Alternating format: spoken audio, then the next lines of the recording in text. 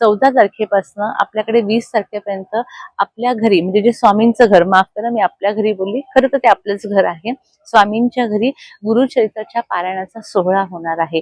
ज्यांना ज्यांना इच्छा आहे त्यांनी पारायणाला बसा।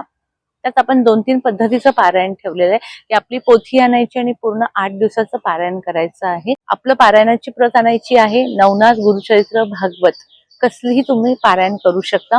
स्वामी सारामृताचं करू शकता, स्वामींच्या पोथीचं पारायण करू शकता। ताई मला एवढी मोठी पोथी मी कधी वाचली नाही, भीती वाटते एकदम पूर्ण होईल की माहिती नाही।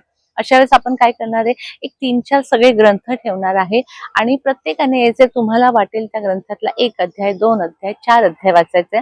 तिथे तो धागा असतो किंवा एखादा कागद तिथे ठेवायचा, पुढच्या व्यक्तीने यायचंय त्याच्या पुढचं वाचन करायचंय। अशा पद्धतीने सुद्धा आपण साखळी वाचन ठेवणार आहे। स्वामींची माळ ठेवणार आहोत आपण अखंड। नाही मला हे सगळं करायला स्वामींची माळ तर मी नक्की करू शकते ना,